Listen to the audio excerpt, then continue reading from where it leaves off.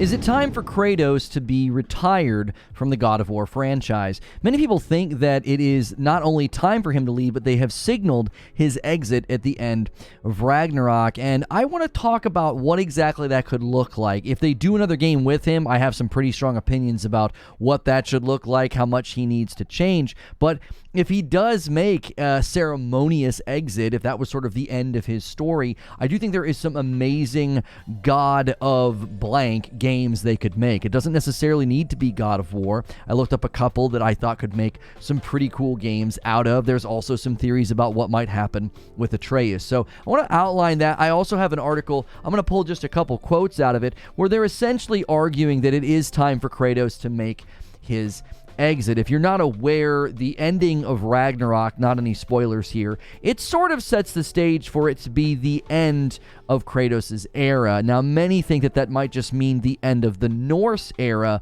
but it does seem as though we may have seen the last of Kratos. The challenge there is he is a very central figure to the game.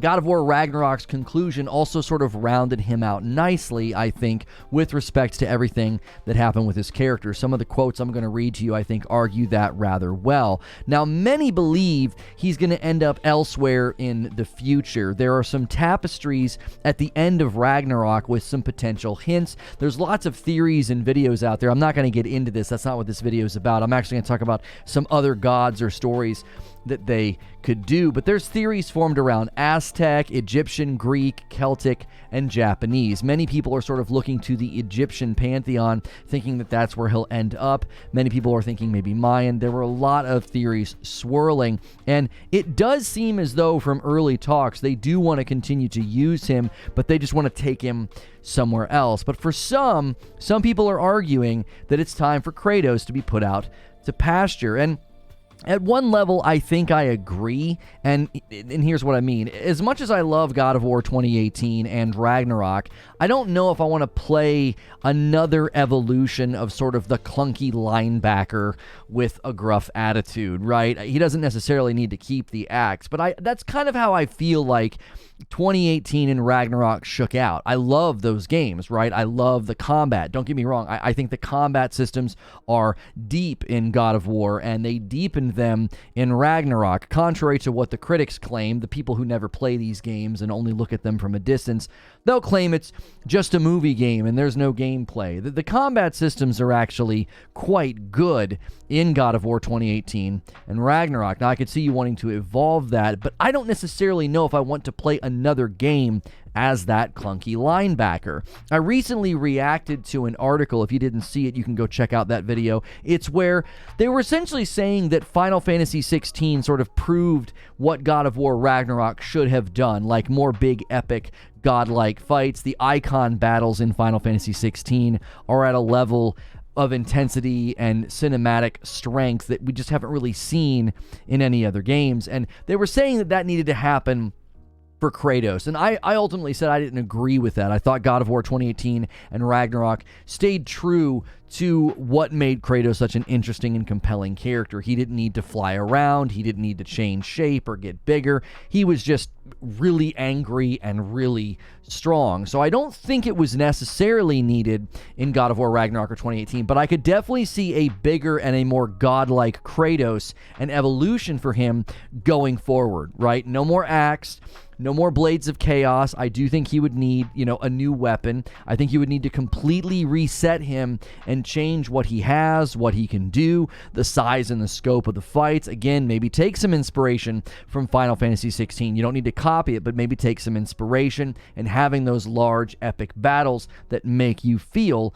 like a god. Now, someone might push back and say, well, that really wouldn't be Kratos, but God of War 2018, you spent most of the game without the Blades of Chaos, maybe about half the game, and you used the Leviathan axe, and that was a brand new weapon introduced in God of War 2018. So in similar fashion, I think you could take Kratos that far forward. Take him not just to a new pantheon, but take him to a new era of power and strength. Just, he loses the axe, he loses the Blades of Chaos. That would be a leap forward, I think, for the character. I think it'd be a leap forward for the game. You could even do a surprise reintroduction of the Leviathan axe or the blades, and that would be more impactful. That was a pretty awesome moment when you got the blades back out and you start using them in 2018. He could sort of maybe find the axe that he thought was lost, or somebody mysterious could return it to him.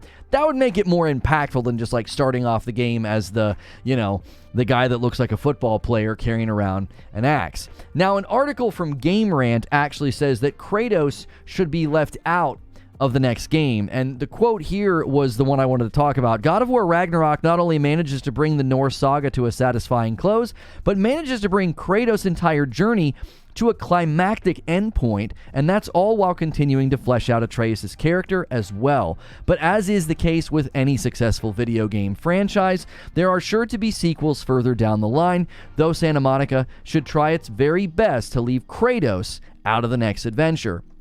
So they're basically saying, listen, whatever you do next, leave him out. It's time to do something completely different. And I can see why somebody might feel that way. But God of War is basically Kratos. I think that would be the problem. Now, if you do a spin-off game with Atreus, that's totally awesome. I don't think you'd call it God of War. I think you'd maybe call it God of Mischief, centered around Loki, right? Give him his own game. Some people said they didn't like that name. I think that's cool. I think if you're going to do other God of games, there's a lot of room there to do a lot with, there's a lot of other gods, right? I actually feel that they did far too much work with Atreus to not make that happen, to not give him his own game. It doesn't really feel like they built that skill tree, they built those move sets. I don't think they did all that just for Ragnarok. I think that's sort of the seedbed for him getting his own spin-off game, kind of like Uncharted Lost Legacy, where you have like a $40 not full price game, kind of like Miles Morales. But that doesn't mean that the base game would feel right without Kratos. Lara Croft is Tomb Raider, Aloy is Horizon, Jin is Ghost of Tsushima, and Kratos is God of War. If you want to go through a name change or a total shift, I think that's what would be necessary. I know folks are going to point to the future of Uncharted potentially leaving Nathan Drake out of the next one. It looks like maybe it's going to be Cassie Drake from some of the things that we have heard. Or maybe they might just point to the fact that, well, in God of War, you have more freedom. If you switch pantheons, you could use the God of War from that pantheon, right? You don't necessarily need to have it be Kratos. But in my estimation, you wouldn't want to do another game called God of War and not have it be Kratos. Like, that's who he is. He's the iconic person behind the name of the game. I think maybe something similar to those who might think maybe if like Kratos is too different, why bother, right? Somebody might say that about my argument. Like, if you're going to reuse Kratos, just make him completely different. Well, somebody might say, well, why bother even using Kratos if you're going to change him so much? Well, I would say something similar.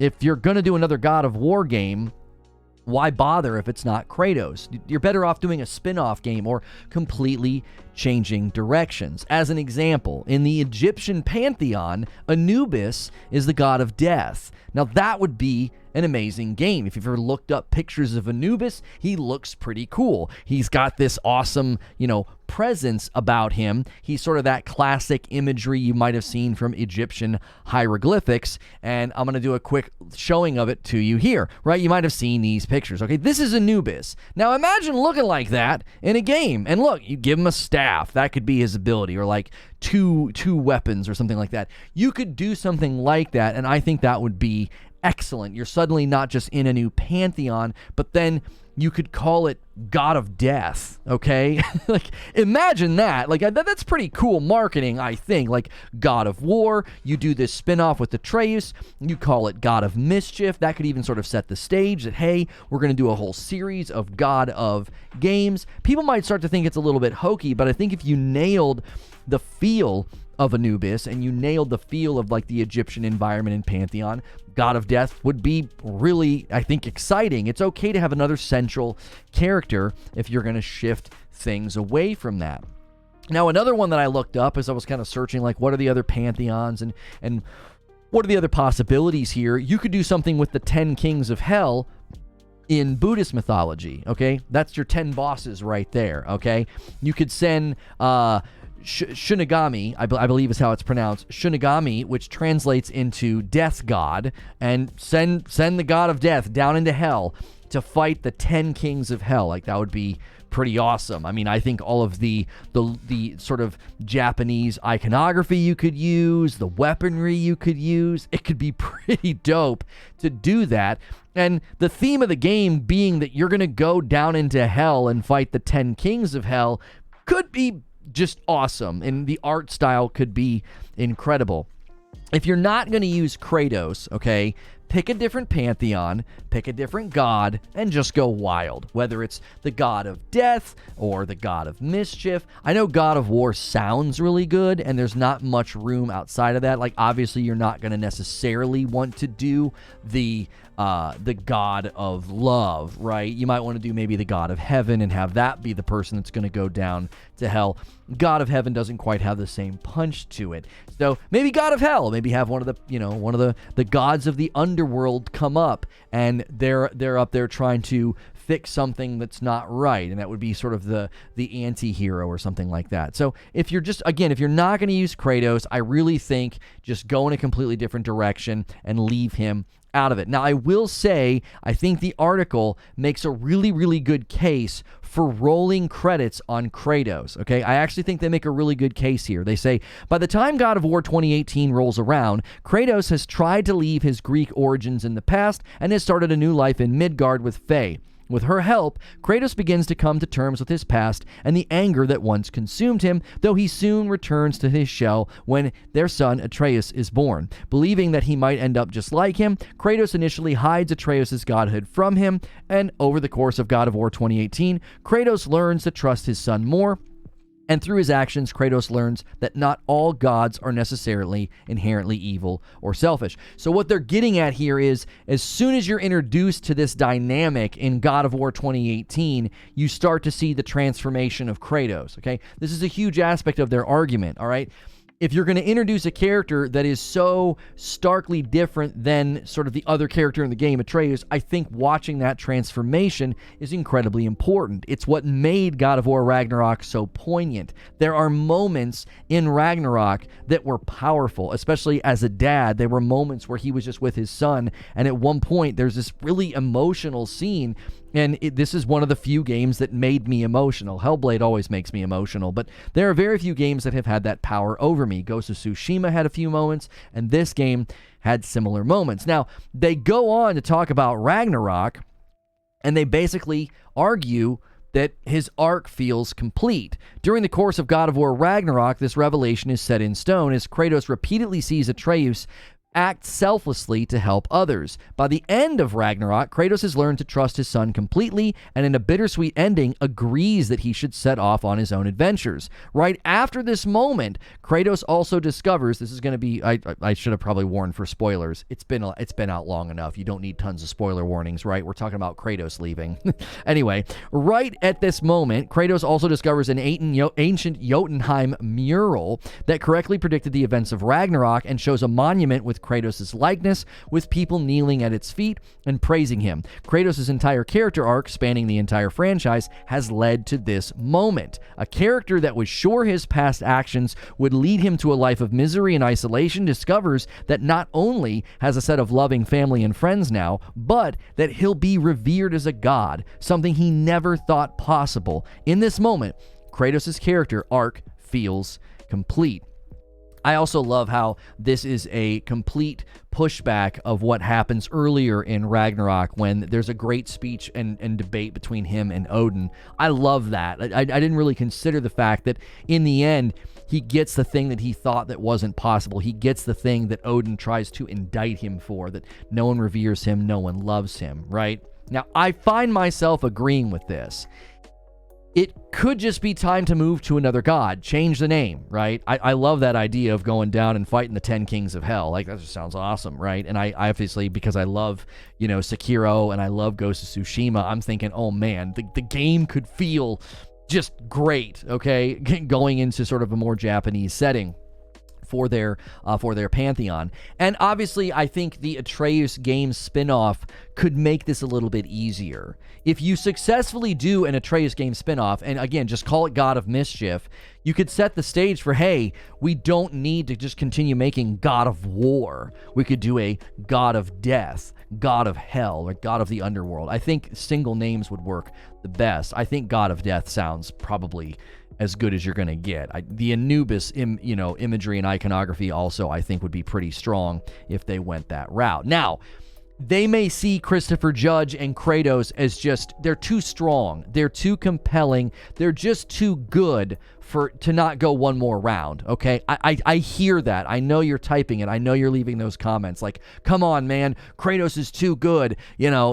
Christopher Judge is too good. We got to go one more round, right? And I wouldn't be surprised if Santa Monica feels the same way. I wouldn't be surprised if Christopher Judge feels the same way. I think he really, really enjoys doing the character. Now, I find myself agreeing, though, with the end of the article, okay? This is exactly why Kratos shouldn't come back for another God of War game. God of War Ragnarok ties up Kratos' character arc in an incredibly satisfying way, and bringing him back as the primary playable protagonist in the next game would only end up retroactively ruining the ending. There are plenty of other potential playable characters for the next God of War, and while Kratos shouldn't appear as the main character, he could still appear as a brief cameo so long as it doesn't cheapen God of War Ragnarok's ending. Now, I didn't plan on saying this, but it just dawned on me that ruining the peaceful ending of Ragnarok would really make you, in a subversive way, resonate with Kratos. He would be extremely angry and extremely upset if he's living a life of peace and he's sort of getting to bask in the afterlife, or he's getting to bask in the fact that people worship him now and love him now. Rip him out of that.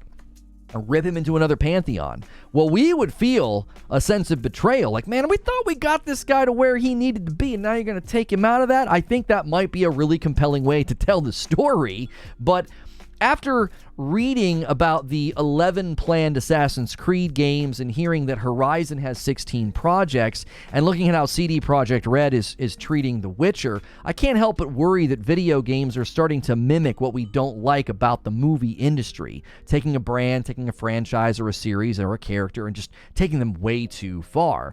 I'm not saying there won't be good Assassin's Creed games in the mix of those 11. I'm really looking forward to AC Red, and I'm certainly looking forward to more Horizon games. There'll be, a conclusion probably of the trilogy. There'll be another Horizon game after Forbidden West. There's a multiplayer game.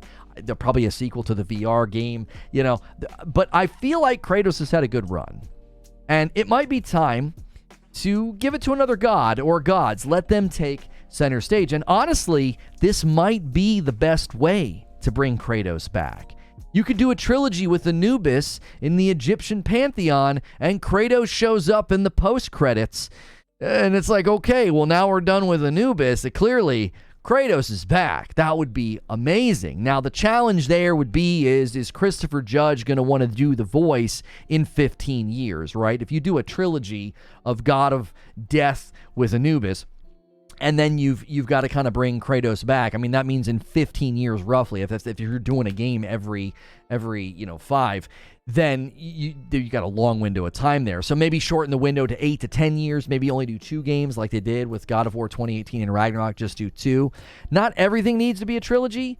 Either way you shake it, okay? If Kratos sticks around, I think they need to drastically change him. Whatever pantheon he ends up in, how drastic that change is, his character and his powers, I think, need to change with it. But if he leaves, I just don't think we should lose sight of what a great ongoing franchise they could have, with an endless supply of gods, mythology, and stories.